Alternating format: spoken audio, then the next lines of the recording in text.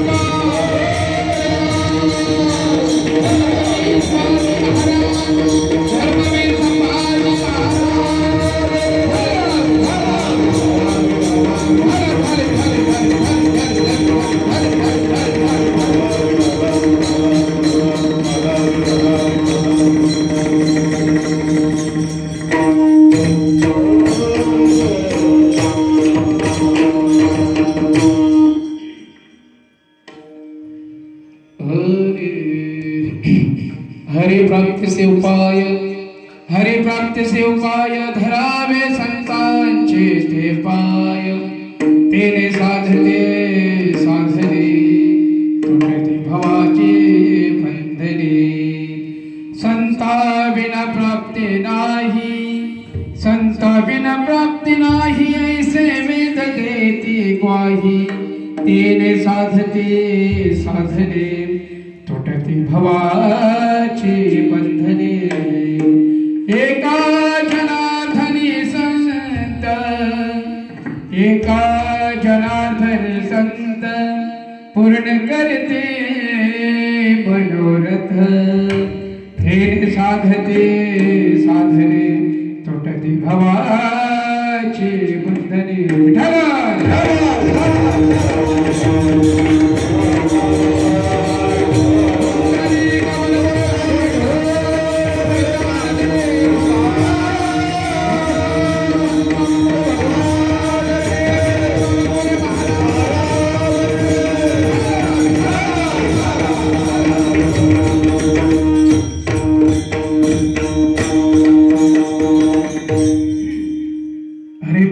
उपाय धरावे संतांचे ते पाय, तेने साधते साधने तुटते भवाचे बंधने।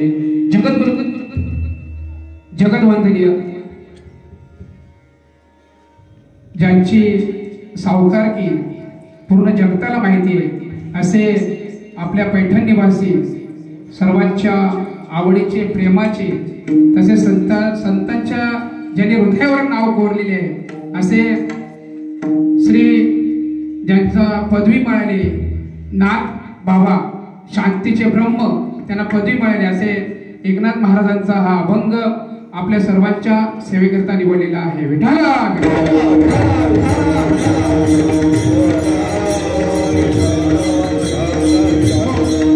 अभंगातील प्रतिपद्य विषय असा आहे की हरे प्राप्तीचे उपाय धरावे संतांचे ते पाय। जर तुम्हाला नाथबाबा सांगतात की जर तुम्हाला त्या देवाची प्राप्ती जर करून घ्यायची असेल तर तुम्हाला संतांचे पाय धरावे लागतील।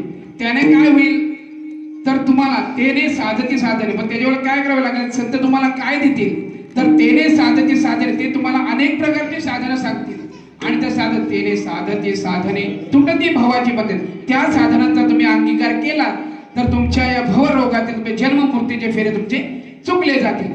संता विना प्राप्ती नाही। पुढे असे सांगतात की तुम्हाला जर ते भवबंधनाचा फेरा चुकवायचा असेल तर तुम्हाला सांगतात की संत विना प्राप्ती नाही। संत जर तुम्हाला त्या देवापर्यंत पोहोचू शकतात, संता विना प्राप्ती नाही। ऐसे वेद देते वाई। वेद म्हणजे वेद 4 वेद 6 शास्त्र 18 पुराण त्यामुळे नंतर भाग पाहू, परंतु 4 वेदांनी हात वरून सांगितलेले की संत विना प्राप्ती नाही ऐसे वेद देते काय। पुढे काय सांगतात, एका जनार्दनी संत पूर्ण करते मनोरथ। ज्या आपले जे लाडके भक्त असतात नाही का, ते जर ज्या प्रेमाने त्या संतांकडे गेले तर त्यांचं लाड पुरवण्याचं काम संत करतात आणि त्यांची अशी मनोमनी जी पण इच्छा असेल ते पूर्ण करण्याचं काम संत करतात।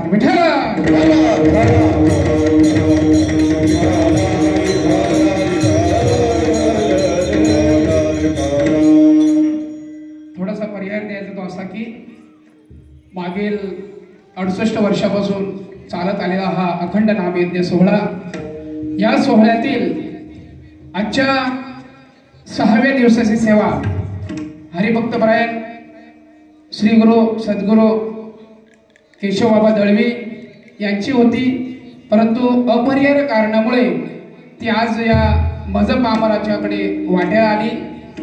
मी कोणी कीर्तनकार नाही, प्रवचनकार नाही, परंतु ज्या महात्म्यांच्या चरणी मला जे काही साध्य झालं, जे काही श्रवण सुख मिळालं त्याचा थोडाच प्रसाद मी आपल्यापर्यंत पोहोचवण्याचं कार्य करणार आहे। विठ्ठल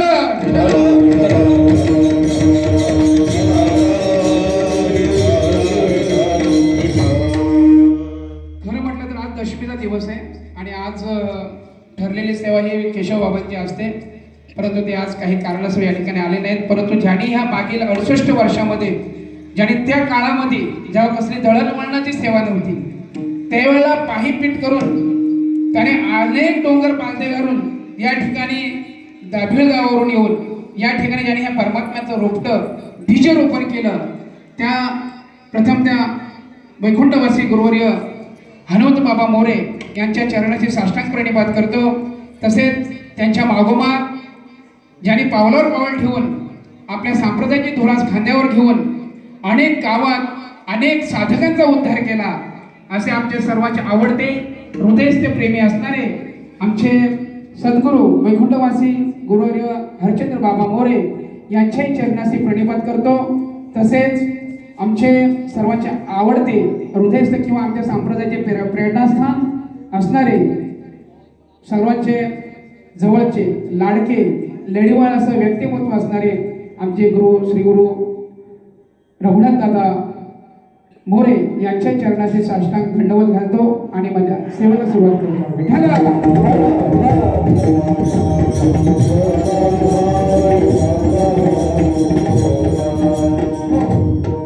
आता उरलेला 1 तास आहे. 1 तासामध्ये जेवढा आपल्याला जमेल तेवढा अभंगाचा भावार्थ सोडवण्याचा प्रयत्न करू. कीर्तन काय म्हणजे काय इथं येऊन उभं राहणं आणि बोलणं काही गप्पा गोष्टी करणं म्हणजे कीर्तन नव्हतं. या ठिकाणी माझी निवड झाली. मी म्हणतो माझे परम भाग्य समजतो की मला काहीतरी तुम्हाला सांगावंसं वाटलं म्हणून मी या ठिकाणी उभा राहिलो. दादाने आम्हाला आज्ञा करावी आणि सेवके सांगितलेले काम आम्ही ती पूर्ण करावी एवढंच मी बोलू इच्छितो की या ठिकाणी येऊन करवणूक करणं म्हणजे कीर्तन नव्हतं. इथे येऊन गप्पा गोष्टी सांगणं म्हणजे कीर्तन नव्हतं. जेणेकरून अंतिम अंतरी मूर्ती ठसावी श्रीहरीची ऐसी कीर्तन मर्यादा आहे संतांच्या घरची. या ठिकाणी आपण जर विनोद करत बसलो तर अजून आपण किती जरी 70 वर्ष अजून तरी घालवली तरी आपण त्या हसण्याचाच दिवस घालणार. विठ्ठल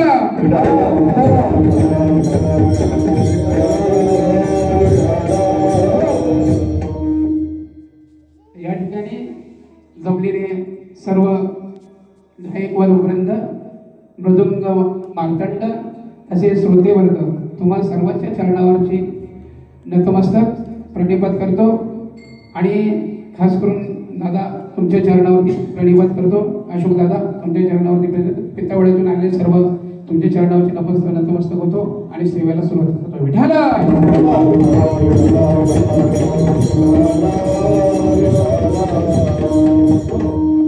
नाथबाबा काय सांगतात या अभंगामध्ये हरिप्राप्तीचे उपाय धरावे संतांचे ते पाय. कुणाचे पाय धरायला सांगितले? संतांचे पाय धरले. अभंगाचा भावार्थ आपण लक्षात घेऊ. आज या ठिकाणी आपण अनेक वर्ष बघतोय चालत आलेला हा नामयज्ञ.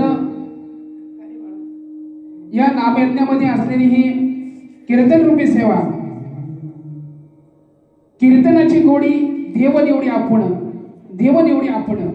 कीर्तनकार हा आपल्या योग्यतेनुसार ठरला जातो किंवा समाज त्याची बांधणी करतो आणि त्यावेळेला त्याला या ठिकाणी उभं राहावं लागतं. आज आपण अनेक कीर्तनकार बघतो आणि कीर्तन म्हटलं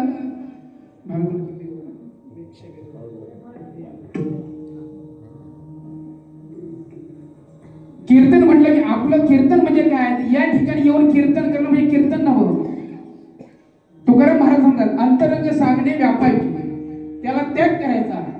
अंतरंग सांगण्याचा अंगीकार करायचा आणि बाह्य रंगाची साधने त्याला त्याग करायचा. अंतरंगाचा आपण हे करायचा आपलंसं करायचं म्हणजे काय होतं कीर्तन चाग आणि होय अंग हरिरूप. तुम्ही त्या साधनेच्या मार्गाने गेलात तर तुम्हाला देव भेटेल. आज आपण बघा आज मार्गशीर्ष महिना चालू आहे आणि या मार्गशीर्ष महिन्यामध्ये प्रत्येकाच्या घरोघरी घट बसवले जातात. पण हे घट बसवले जातात हा मागाशी बाबांनी सांगितलं आनंद महाराजांनी सांगितलं मासा माझी मार्गशीर्ष तो मी शारंग धरू आणि ऋतू माझी शिशिर वसंत तो मी.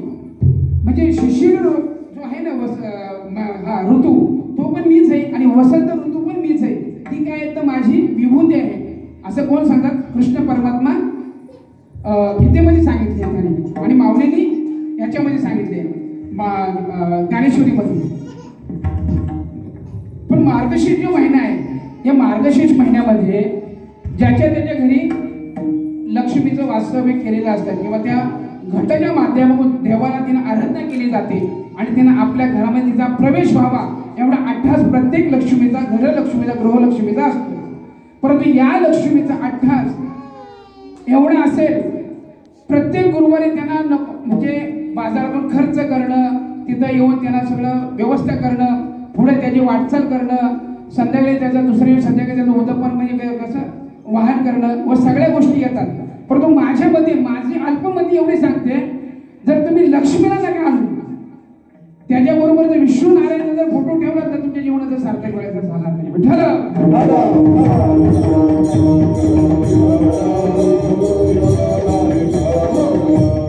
मी याच्यासाठी सांगतोय की आपण विष्णू नारायणाचं चरित्र ऐकले किंवा पाहिलं असेल, त्याच्यामध्ये असं सांगितलेलं आहे, देव शयनावर आरूढ झालेले, शयनी आरूढ झालेले आहेत, परंतु लक्ष्मी माता कुठे बाबा? विष्णू नारायणच्या चरणाची आहे. मग आपण लक्ष्मीला जवळ करायचं, लक्ष्मी मातेला नुसतं बोलवायचं का लक्ष्मी नारायणाचा जोडा बोलवायचा? पाय कोणाच्या हाती आहेत? लक्ष्मीच्या हाती कोणाचा पाय? देवाचे आहेत. पाय लक्ष्मीच्या हाती,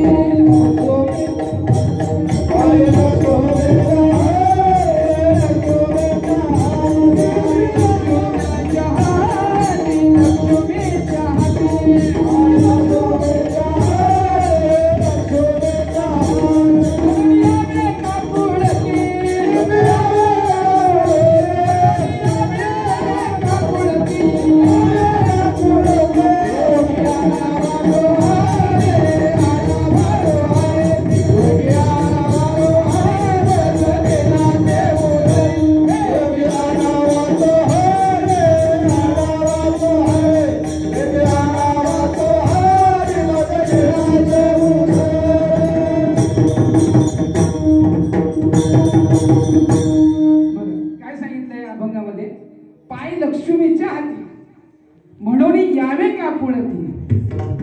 ती कोणाला देवाला आराधना करते. बाबा माझं आव्हान केलेलं आहे, पण तुम्ही काय करा, तर त्यांनी माझं आव्हान केलं, मी तुम्हाला विनंती करते तुम्ही काय करा, म्हणून त्यांनी मला बोलवलं, म्हणून तुम्ही काकुळतीनं तिथपर्यंत या. तुम्ही जर आले तर तिचं भाग्याचा उदय झाल्याशिवाय राहणार नाही. विठ्ठला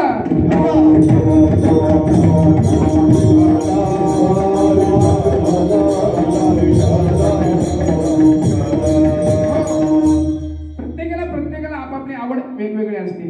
प्रत्येकाची बुद्धी वेगळी आहे, प्रत्येकाची विचारसरणी वेगळी आहे, प्रत्येकाचं ओळखणं वेगळं आहे, जाणणं वेगळं आहे.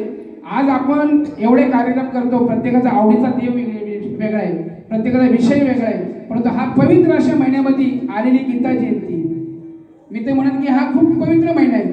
बाकी 12 महिन्यांपेक्षा आज हे 3 त्रिवेणी संगमाचा आहे. या ठिकाणी मार्गशीर्ष महिन्यामध्ये लक्ष्मी मातेचं आगमन आहे, गीता जयंती आहे. गीता जयंती म्हणजे काय साधं उदाहरण नाही. ज्या वेळेला अर्जुनाला काही प्रश्न पडले होते, अंध धृतराष्ट्र त्याला काही प्रश्न पडले, या सगळ्या हस्तिनापूरचा मालक मी व्हावा म्हणून त्यांनी नको तो उपद्व्याप सुरू केले. आणि उपद्व्याप सुरू केल्याच्या नंतर द्रौपदी मातेच्या मुखातून आलेला एक शब्द की बाबा बाप आंधळा, तो बाहेरून पण आंधळ आहे आणि आतून पण आंधळ आहे, हे वाक्य ऐकलं कोणी दुर्योधनाने दुःशासनानं. आणि त्याच्यामुळे घडलेलं हे सगळं रामायण. रामायणाचा आलेला अंधकाराचा पडदा तो दूर करण्याचं काम.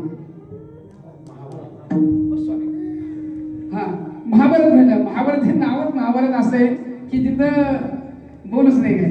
महाभारत घडलं आणि महाभारत घडण्याला कारण होतं की म्हणजे एक मात्र द्रौपदी माता. कारण का द्रौपदी माता जर नदीशी बोली ना की बाबा ही आंधळ्याची कारकी ही आंधळीच आहे, ते ऐकलं दुर्योधनानं आणि दुःशासनानं, म्हणून हा पुढचा एवढा पराक्रम घडला. विठ्ठला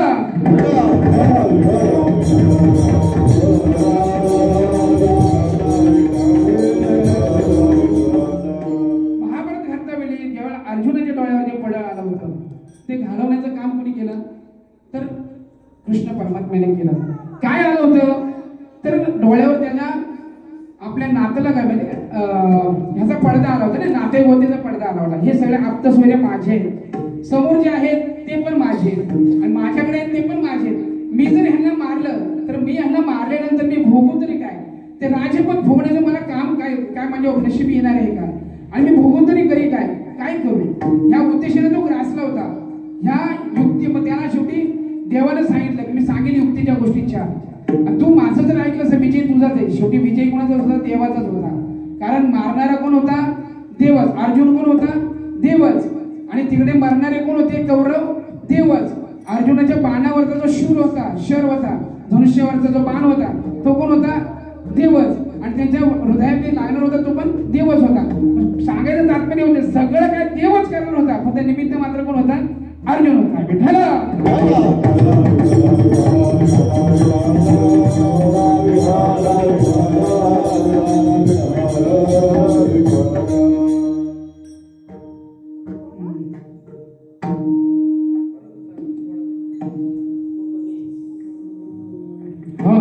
विठ्ठल विठ्ठल.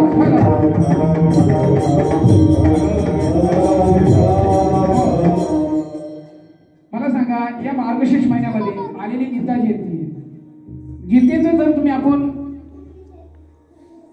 वर्णन पाहायला गेलो तर माऊली म्हणतात, गीता अलंकार नामज्ञानेश्वरी ब्रह्मानंदाला हरी प्रगट.